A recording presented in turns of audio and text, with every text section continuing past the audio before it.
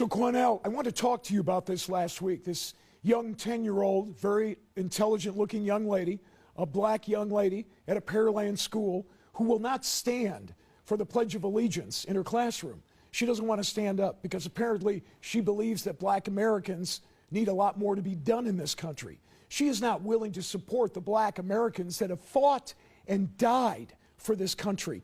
You know what I believe, Cornell? And I know you supported her publicly, but you know what I think?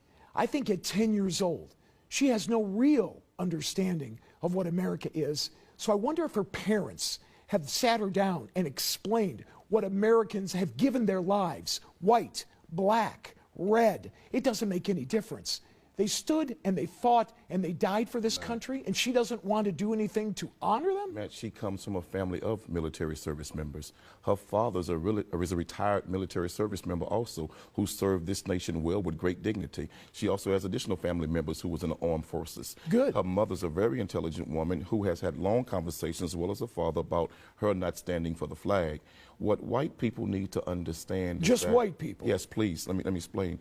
What white people need to understand is that that national anthem was written by Francis Scott Key, a slave owner. Oh, here we go. Who demonized and hated black slaves and black people. And that unwritten third, that unheard of and unspoken third verse, go research the third verse where he says, "There's no refuge in this country for the hireling or the slave. Both should be turmoil to the grave." How's her parents doing? This is a man Are they successful? that promised turmoil for black people to the grave. Would you ask Jewish children to say a pledge to a German anthem that disrespects Jewish people? If they're No, you living would in not. Germany, No, sure. you would not. Well, sure. That disrespects Jewish people? Then No, why, you would not. You certainly can kneel down. In America, you have the right to do that.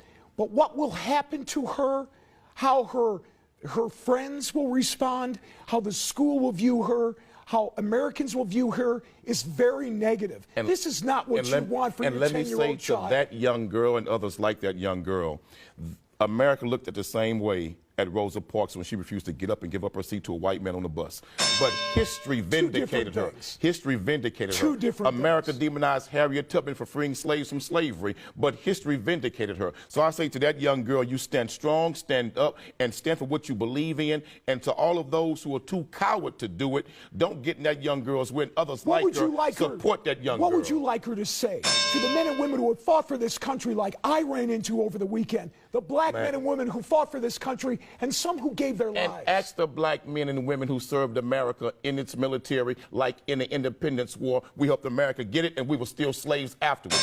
Ask those in Vietnam who gave their war on Vietnam battlefields, but then came back and was called niggers in their own country. We have fought in America's war, and we've never been given the justice and the due process of everybody else in this nation. Then so why don't you move to a different country? Why are you staying here if you don't like it? Let me tell you why. Because the country belongs to Indians. You white folks stole it from them, raped and robbed their people. This not your country. You all came over here and stole it and beat the hell out of them. So this not your country. It was my country. You all need to go home. If you're you all need to go back where you came from. If you don't like it, why don't you pack up and go? Let the Indians decide who should pack up and go, and I guarantee you black folks will stay, and you all will be on the first damn boat leaving here. So don't try that, brother. You all didn't make America. This is not your country. What you should do is sit down with someone who has fought for this country, Cornell. Get their opinion, too. Tons of black people have, and what have we gotten from it?